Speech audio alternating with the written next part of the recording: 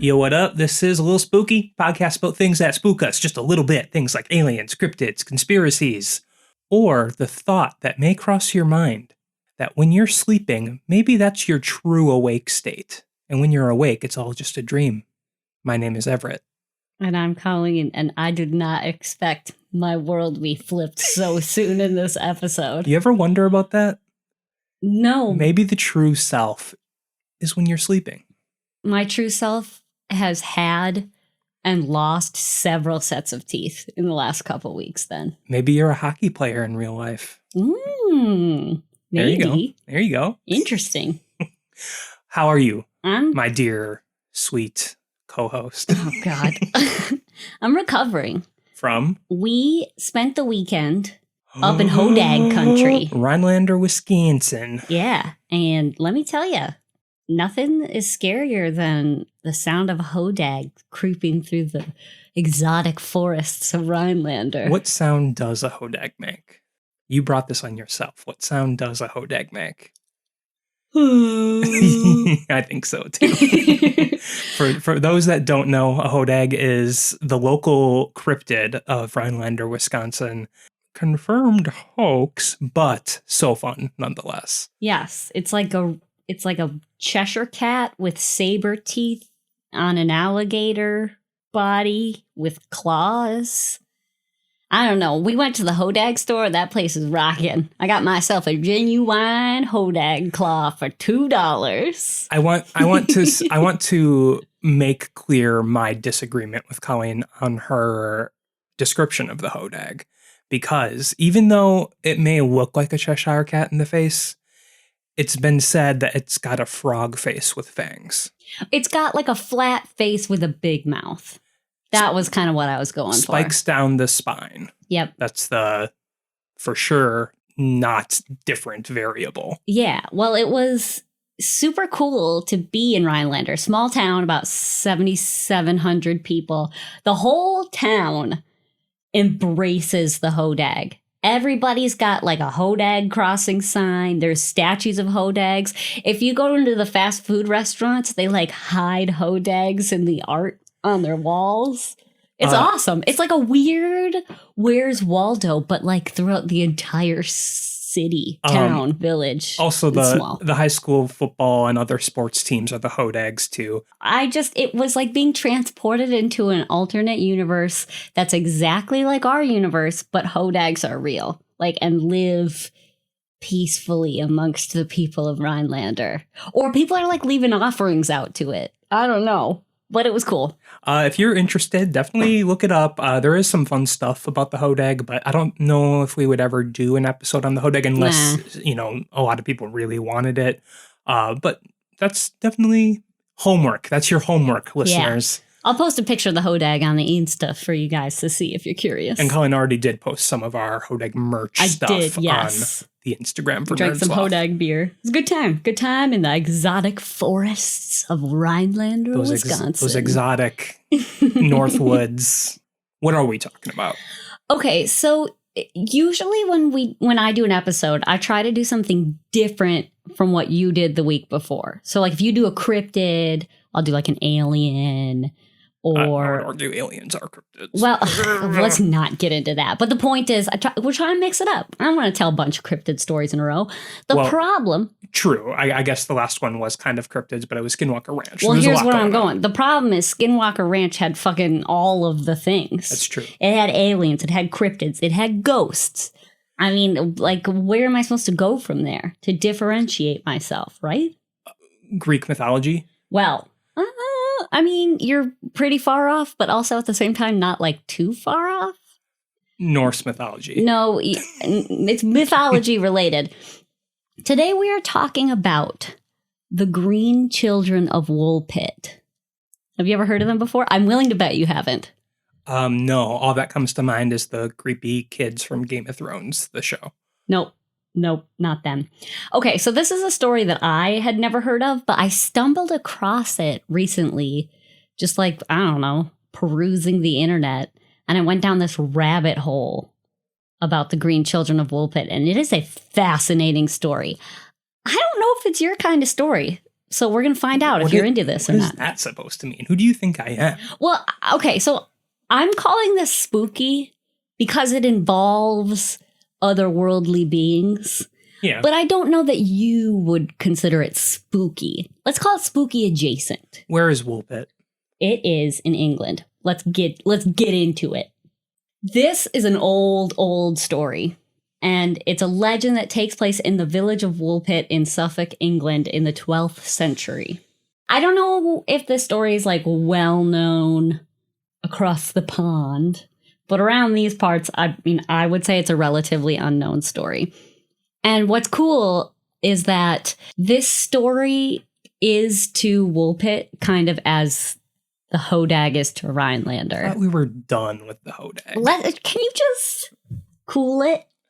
It is hot, though. It's fucking hot here. It's hard to cool it right now. Anyways, I think it's like this town's claim to fame. But okay, small village, 12th century England. You're probably thinking to yourself, how accurate can a story from the 1100s really be? As accurate as the historians want it to be. Well, they are the ones that write history. I mean, yes, very true. The thing is, science and explanations for things maybe weren't as advanced as they are now, but people wrote shit down. Well, yeah, they did write stuff down. Well, I know. I mean, okay, I used to work at an antique books library. Bragging. It was the best job I ever had. Super cool. Super awesome cool. Point is, people forever have written down and saved the most minute things that have ever occurred in their lives. And that's not just like a Facebook phenomenon. Everybody wrote shit down when they could. Of the 5% that were literate. Yes. Okay, valid point. That is a valid point. Even though this is super old, we have more information about it than you might think. And I particularly love medieval stories because back then, anything could be real.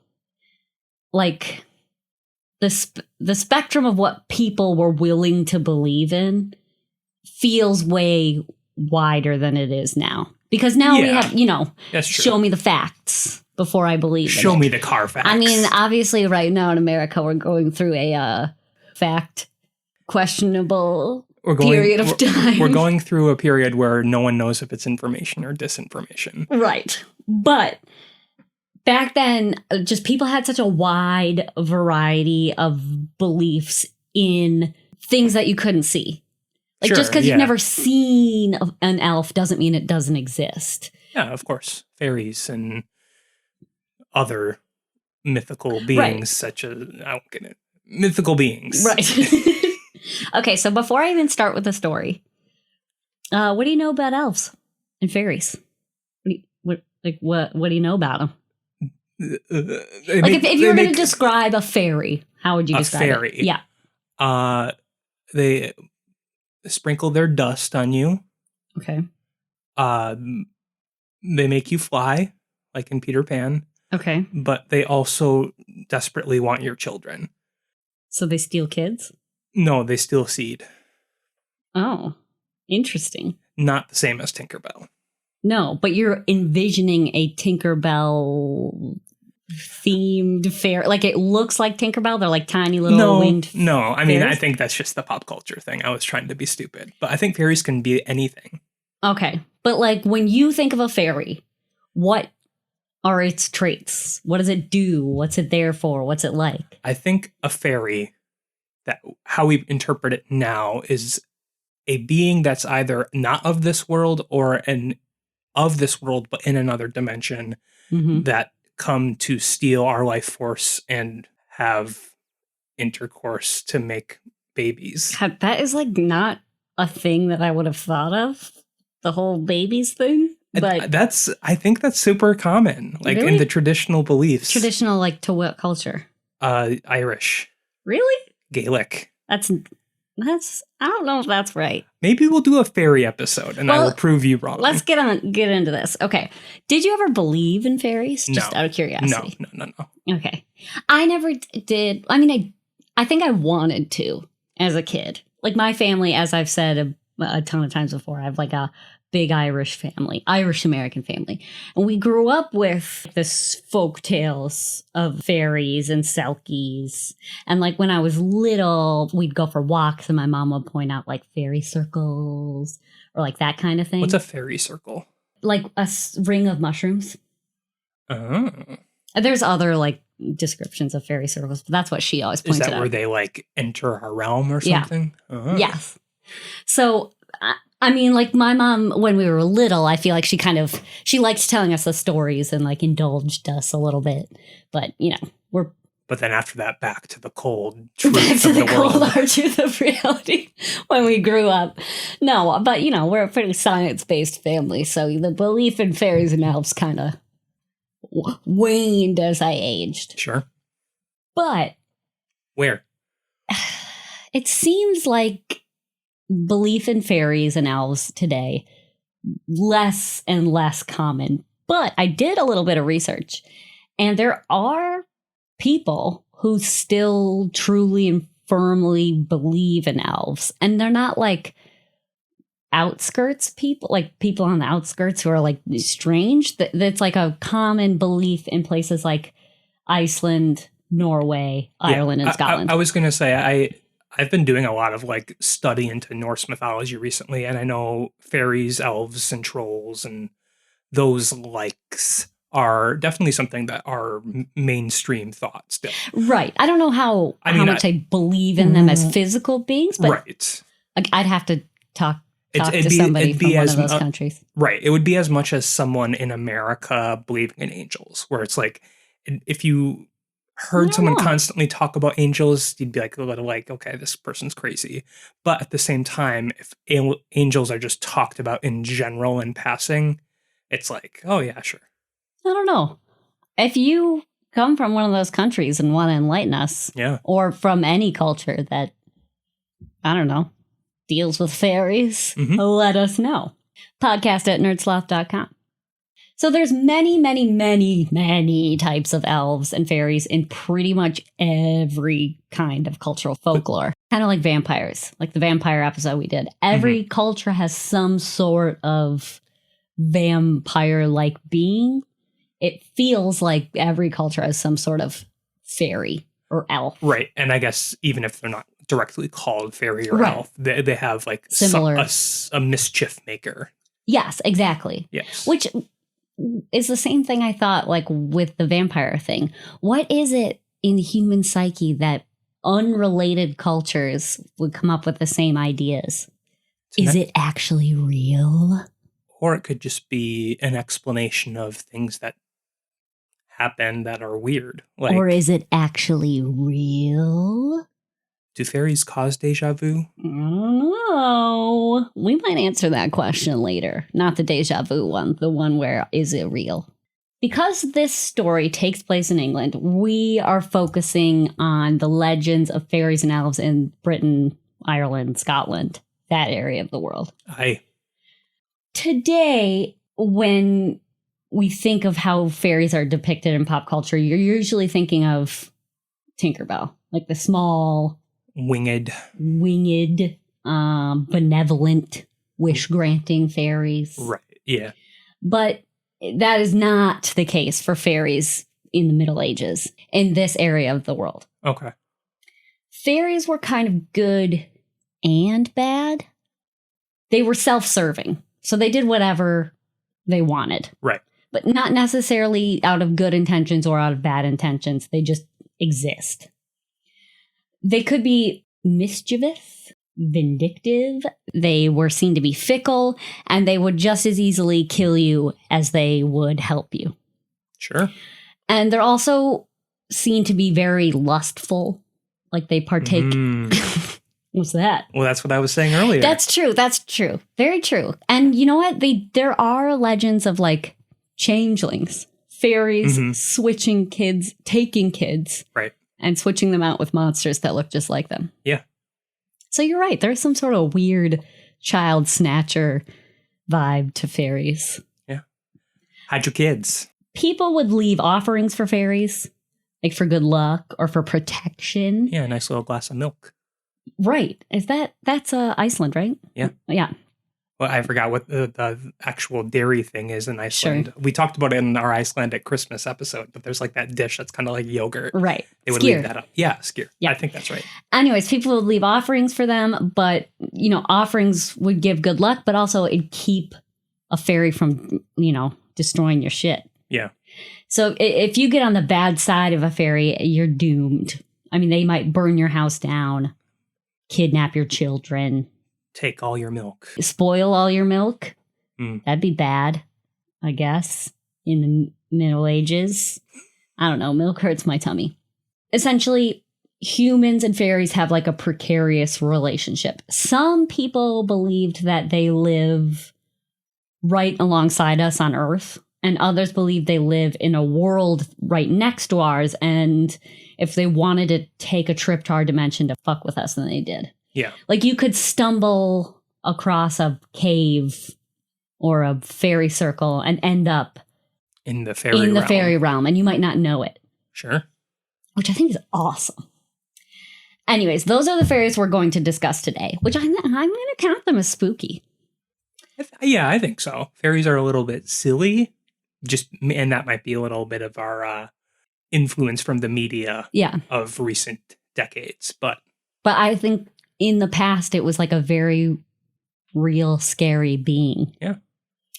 Okay. So now you have the background. Fairies, 12th century England. Let's get into it. This story was actually written down by William of Newburgh, who was a 12th century English historian. And his work is pretty valued by historians. And it covers the history of England from 1066 to 1198.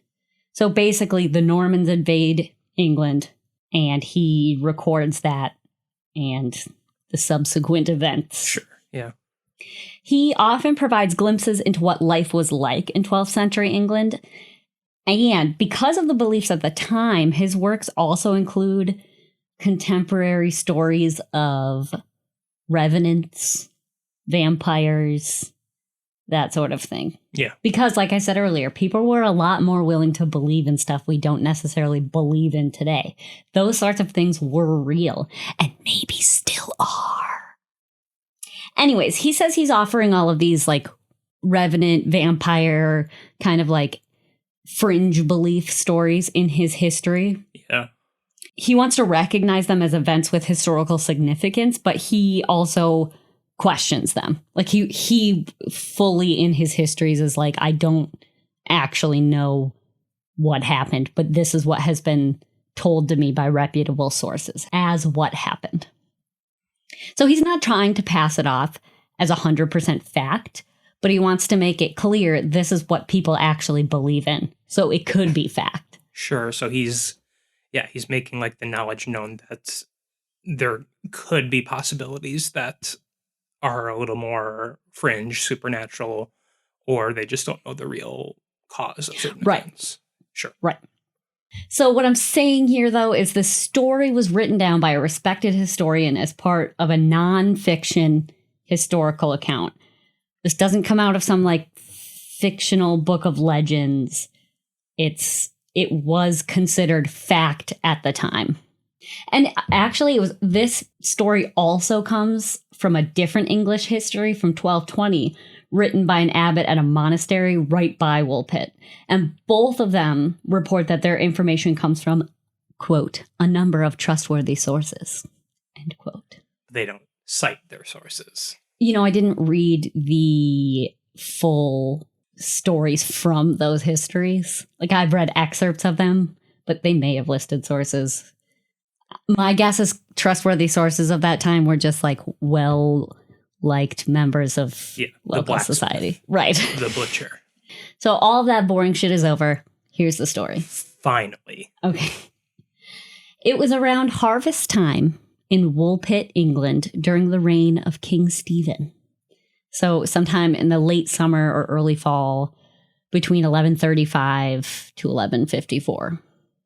Surrounding the village of Woolpit were several wolf pits, which are what the village of Woolpit is named after. And wolf pits are exactly what you think they are. They're pits dug in the ground to catch wolves.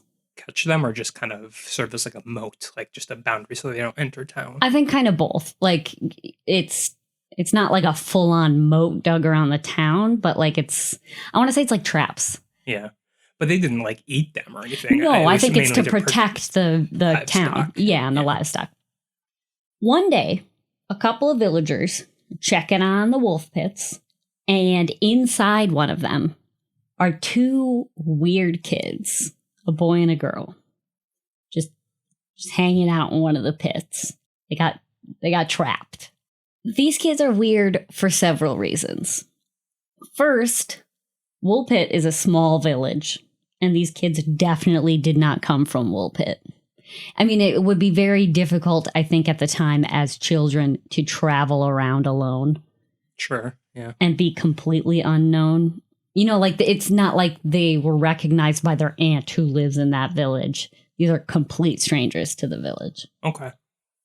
They wore clothing that William of Newburgh describes as unfamiliar. Specifically, it was made from a material that the villagers couldn't identify.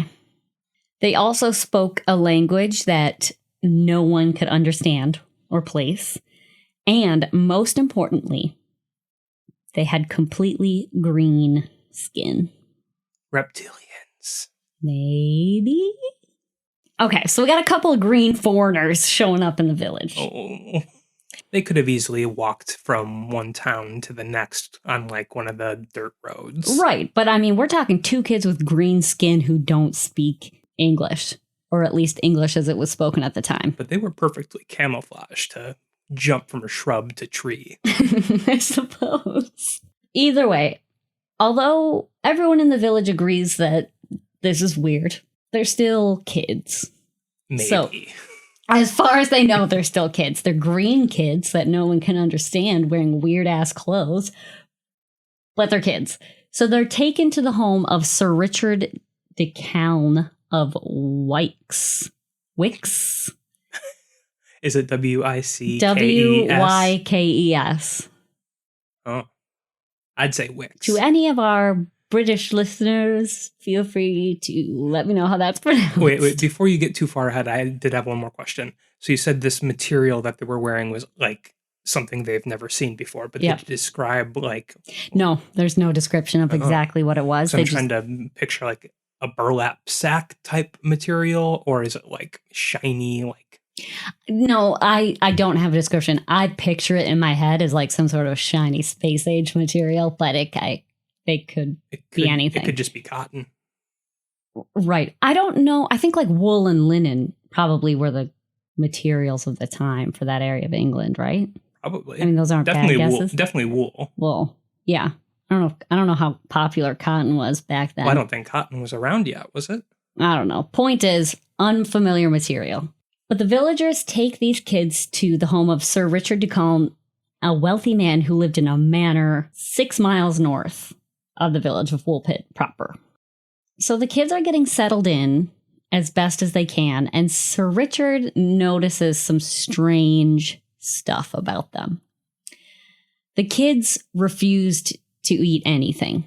Well, they're plants. They gotta photosynthesize. Well, no matter what they were offered, they wouldn't touch food. And that would make sense. Like if you're in a strange land. Yeah, don't take food from strangers. Right, strange people you don't trust. However, it is several days where they hadn't eaten anything. I mean, after a certain amount of time, kids gotta eat. Where are they being kept during this time? Just at the manor house of this nice man who decided to take them in. So they do have access to sunlight. Yes, they do. Okay. They mention, though, it's not, they didn't refuse food because they didn't trust the man, Sir Richard. It's more of they seemed like they didn't recognize any of the food that was being offered to them as being edible at all. Mm-hmm. Like they were offered bread and they were like, why would you eat this filth? What is this? Okay. Yeah. Obviously, there was a language barrier, so that's just the impression Sir Richard got when he was just a foreign food that disgusts them or like just weirds them out. Right.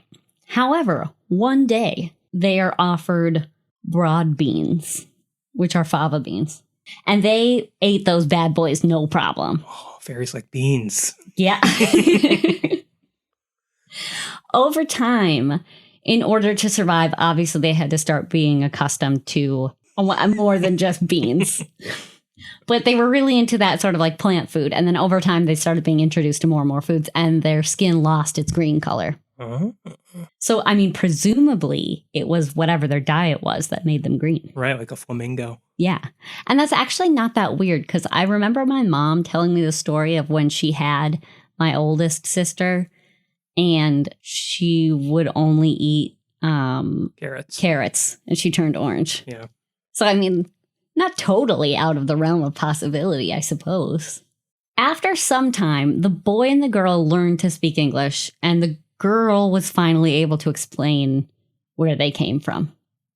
She told Sir Richard that they came from a land where the sun never shone and the light was always dim like twilight.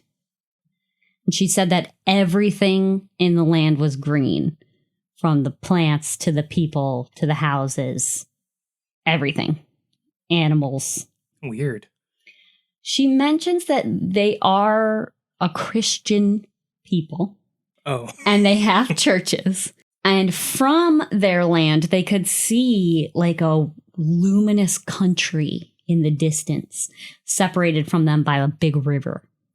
She called this place St. Martin's Land, and she said they have no idea how they got to Woolpit.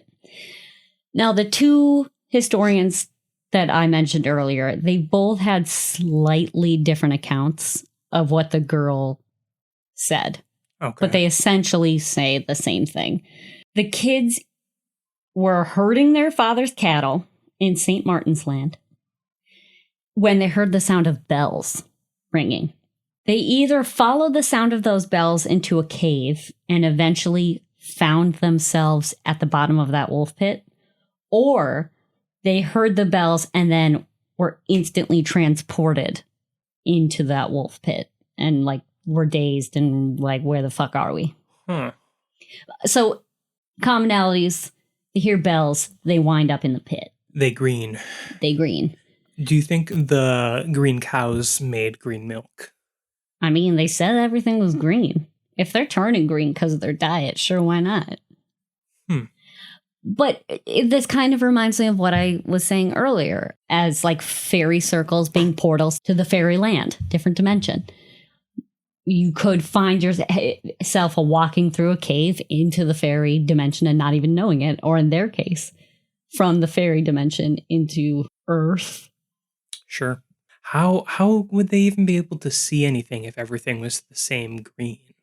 Like I mean, there's still like I'm sure there's shadow shades and of mass greens and stuff. Just be very hard to, and there's no light either. So they found themselves in the wolf pit. They were dazed by how bright the sun was, and then they were found and taken to Sir Richard, etc., etc. They were eventually baptized, and shortly after this, the boy died. Like, he just got really sickly and died. The girl, however, stayed on as a servant in Sir Richard's household for years, but she had the reputation of being the class mattress. Oh, really? Yeah, she was like very impudent, super lustful. Eventually, she ends up taking the name Agnes, and she marries a man in the town 40 miles away. So that's the gist of the story. Because I started this episode with information about fairies, I already laid the groundwork for the popular belief that the kids are fairies. Sure. And this was common belief at the time. Like, people believed this, and here are the reasons. 1, they come from an alternate world with no sun. That's fucky. And that could be fairy dimension, fairy world, that sort of thing. 2, they were green. Who the fuck else is green? Fairies. Leprechauns. Yeah, what's the name of the guy that's like the beans? The peas? What? The beans guy? The guy on the cans of beans? Jolly Green Giant? Yeah, that guy. He's a fairy, right? Oh, but he's a kaiju for sure. Sure, whatever. Anyways, they mysteriously appeared outside the village. Or 1 second they were somewhere else, 1 second they were here. Who knows? They only ate beans. Who does that? Well, they ate more than beans afterwards, right? Right, but at first they only ate beans, and we all know that fairies are vegetarians, right? I don't know. I feel like fairies will dabble in the consumption of human flesh occasionally. Yeah, there are probably legends of fairies who will, eat people. Another point. The boy died after being baptized. I thought they were Christian. Yes, that is strange. That is very strange. So there's a lot of different legends about fairies, but in a lot of them, if you catch a fairy, they die. They wither away true. and they die. So maybe in that sense, like the baptism was like assimilating them into their personal. So why didn't Agnes die? That I don't know. But it's kind of like Selkies. Like even if a Selkie falls in love with you, it doesn't matter what, they always want to return to the sea. So the way to keep a Selkie is to hide its seal skin. But if it finds its seal skin, it doesn't matter how much it loves you, that bad boy's going back to the sea. So that's how it is with fairies. Like I assume he was baptized, and then maybe in that way it was kind of considered like a... Jesus trapped him on earth. Yeah. Trapped by the Lord. So, okay. Hold on, and then there's one more.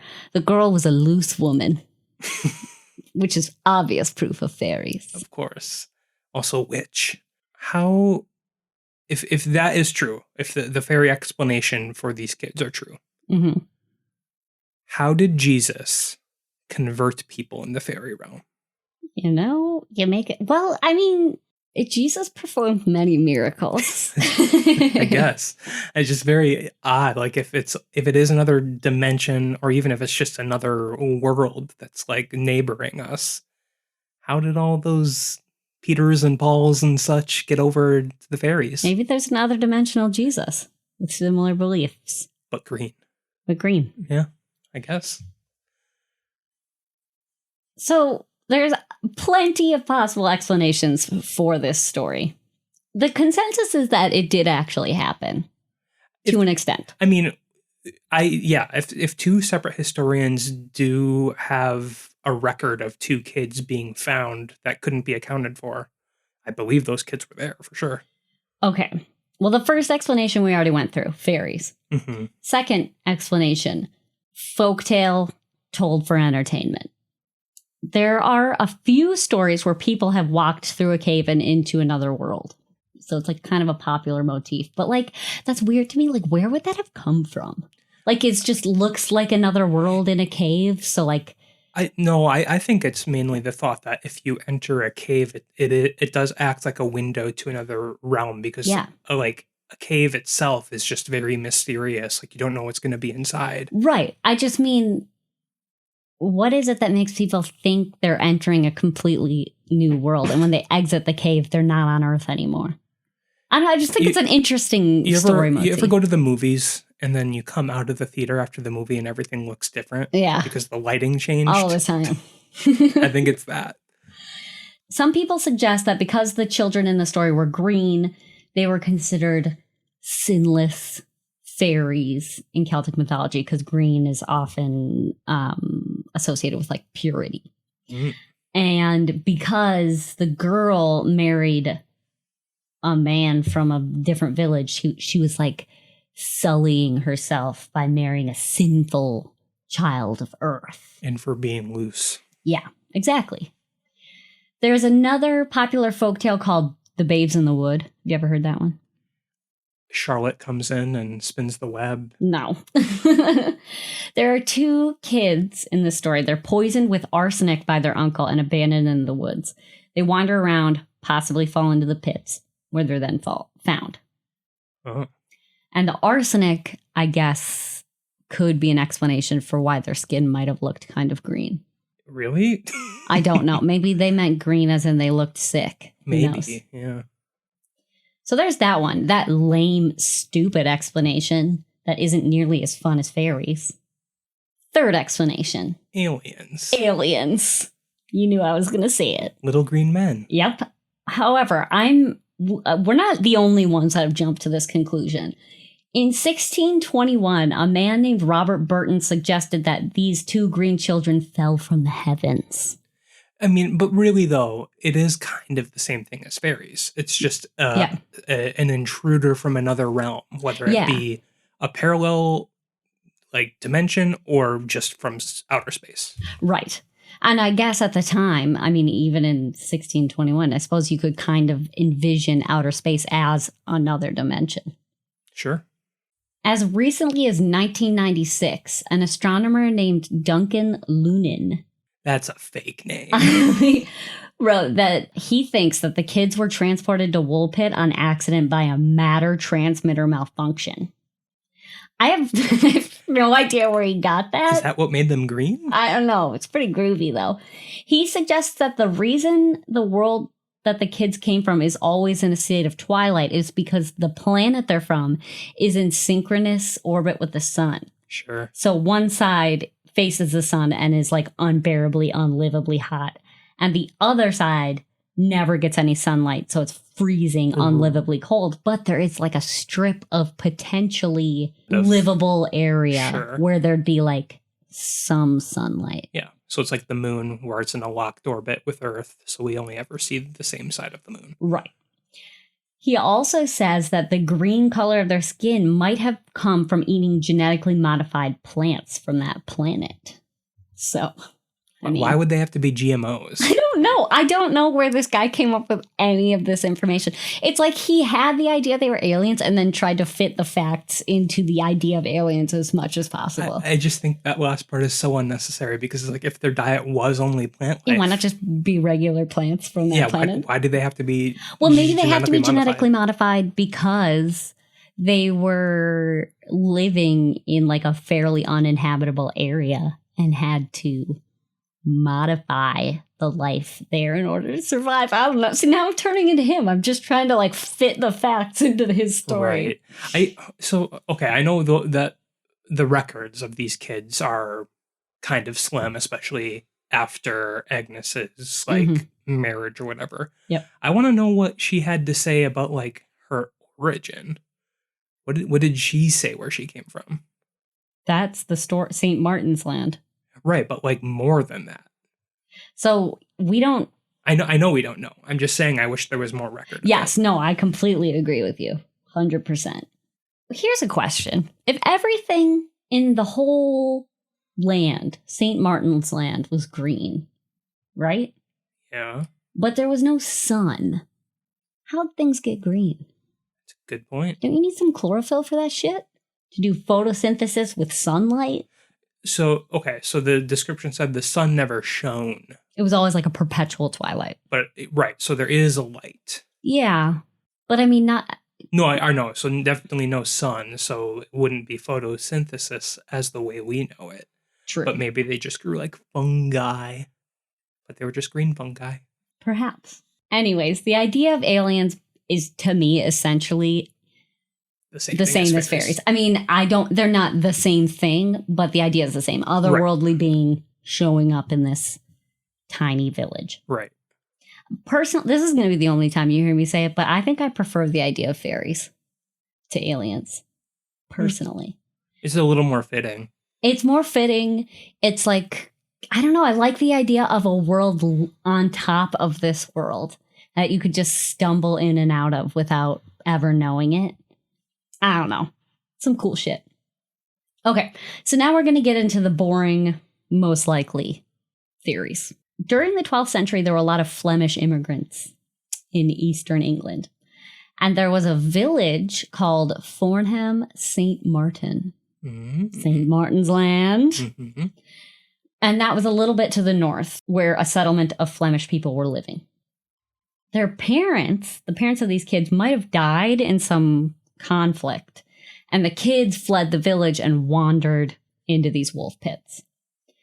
They might have had green skin due to being Flemish. That's the color of Flem. Yes, because of the Flemishness.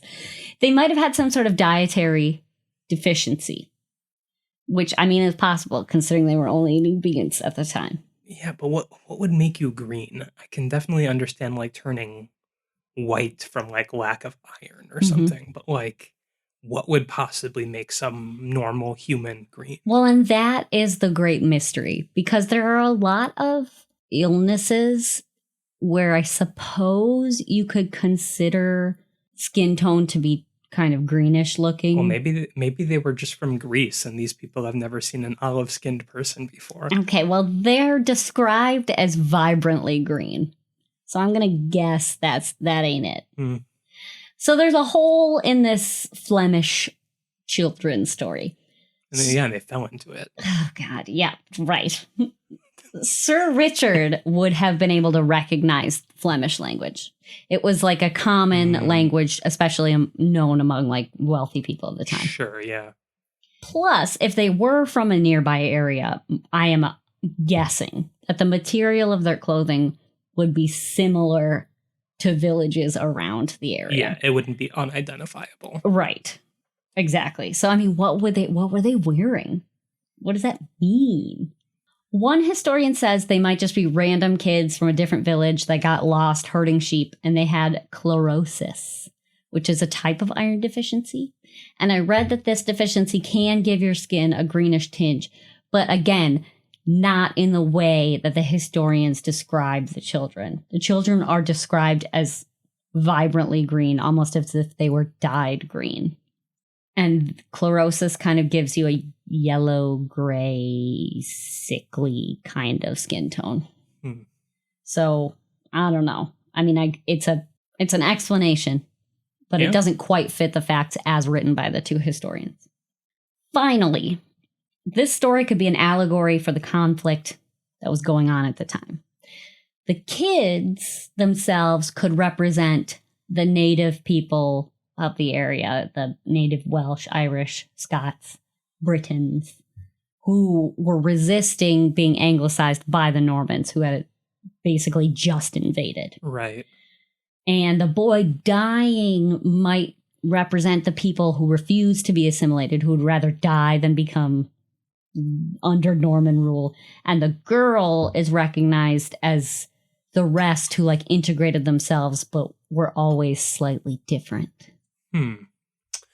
I do like that explanation, but at the same time, the normal people are the invaders. Seems kind of odd. Obviously, it seems that this tale is probably fiction or a garbled version of true events, which I think is probably the case. There probably were some weird kids that showed up in this town and facts spiraled out of control. But there is absolutely no way to determine what is and is not true. Right. It's lost to time. Right. Both historians who covered this story mentioned that they have doubts, but they both clearly thought that this was significant enough to write in their historical accounts of the day. And those stories have persisted until today. Like, this is a 800-year-old story. Crazy. So there's not enough evidence to prove any theory, even the logical ones. There's holes in the theory about Flemish children. There's holes in the story. So it's interesting to me that a lot of the theories, the details, seem to match up to fairy legend of the time. And maybe that was a way to explain bizarre shit that was happening at the time. But also, maybe fairies are real. The end. Yeah. I do like the idea of it being like an allegory for the political situation of the time. It does make a lot of sense. Yeah, but fuck that. Fairies, though. Fairies are real. Fairies could be real. Okay. But that doesn't mean these two are fairies. Yeah, but they are, though. Oh, okay. The thing is, here's my problem with this story. It's not like our normal Lil Spooky, but it's just such a fascinating story. That is definitely something I had never heard of in the slightest. So it was very interesting because how else would I have ever heard of this before? Yeah, and you know what? You know what's a little spooky? There might be fairies fucking right next to you. You don't know. Check the fridge. Make sure the milk's there. Yeah, and make sure it's not curdled. I hear they're into curdling that shit. Then protect your kids. Protect your lower abdomen area, too. Yeah. Anyways, that's the Green Children of Woolpit. Today, dear listeners, we have a listener story. So I'm going to read it here. But before I do that, if you have your own story you would like to send to us, whether it be personal or something you come across, definitely send it over to us and we can read it on the podcast. I'm just going to do the quick plug right here. Send it to Instagram, Twitter, or Facebook, or at NerdSloth HQ. And what's the email, Colleen? Podcast@nerdsloth.com. Okay. Write a little spooky in the subject line. Yeah. So this story comes from our dear listener, Black Rain, who has actually sent us a couple stories in the past as well. It was January of 2019, and it was one of the few times I got to sleep at night, as I worked at night during the week, so I would sleep during the day.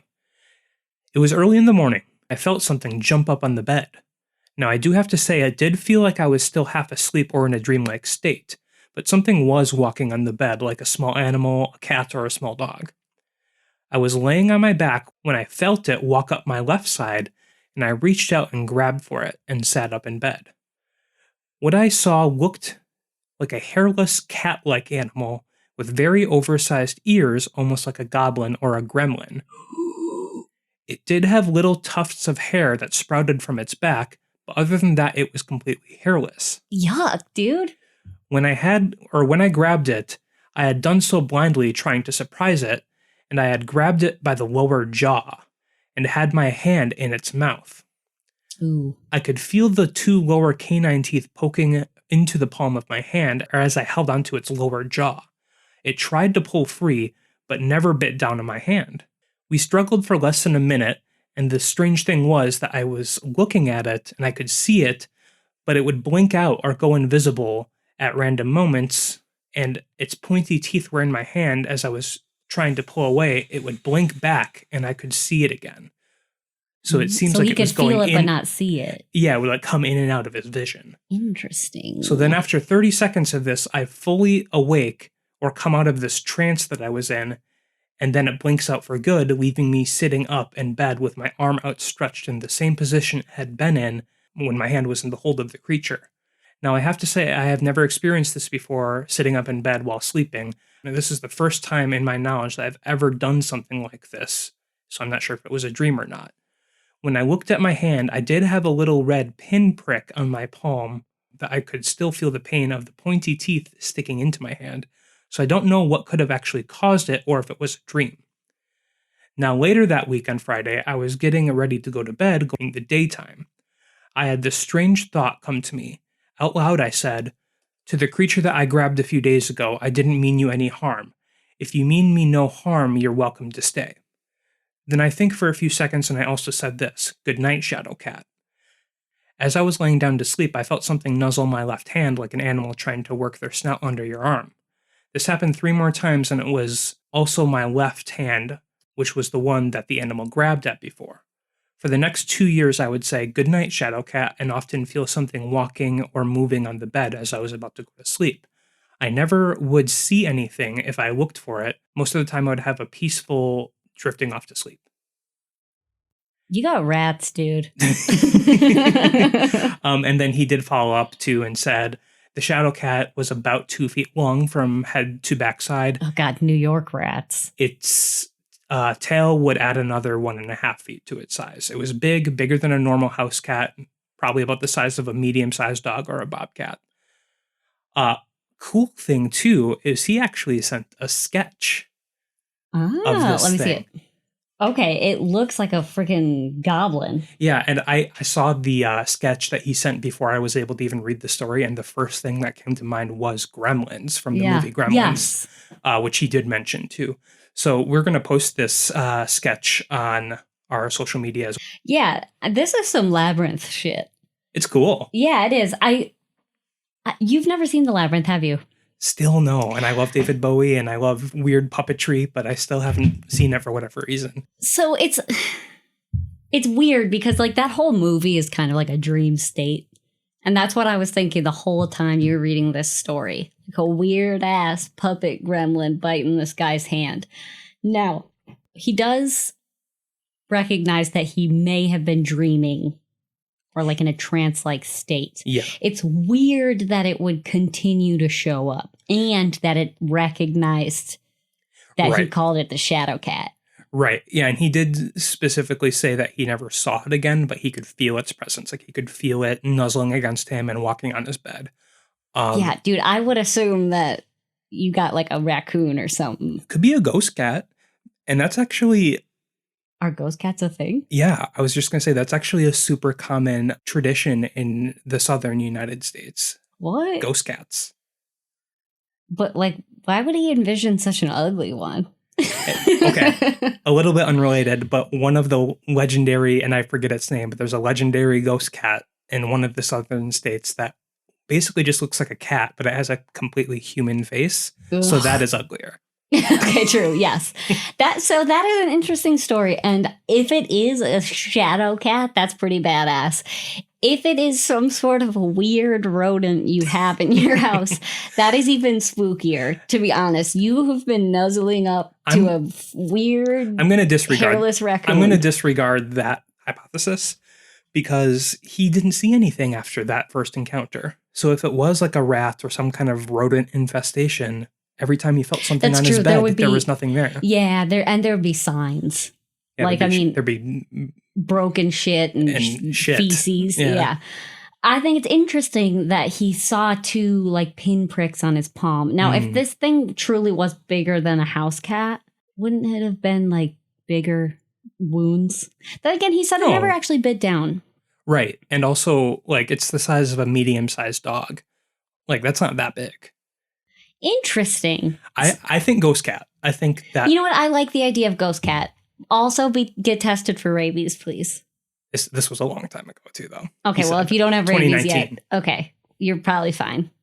I like it. I do, too. And thank you, Black Rain. And we're posting Black Rain's sketch, so take a look.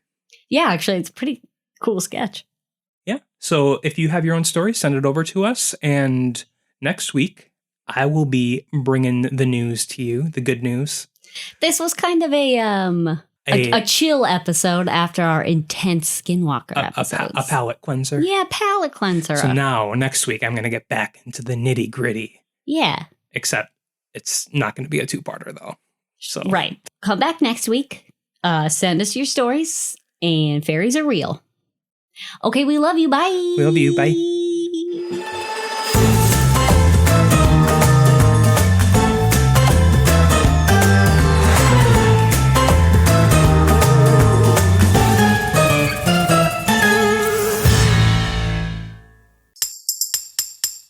Presented by NerdSloth, a place for lazy nerds.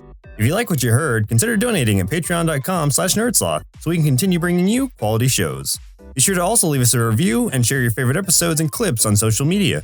If you're looking for more content, visit us at nerdsloth.com.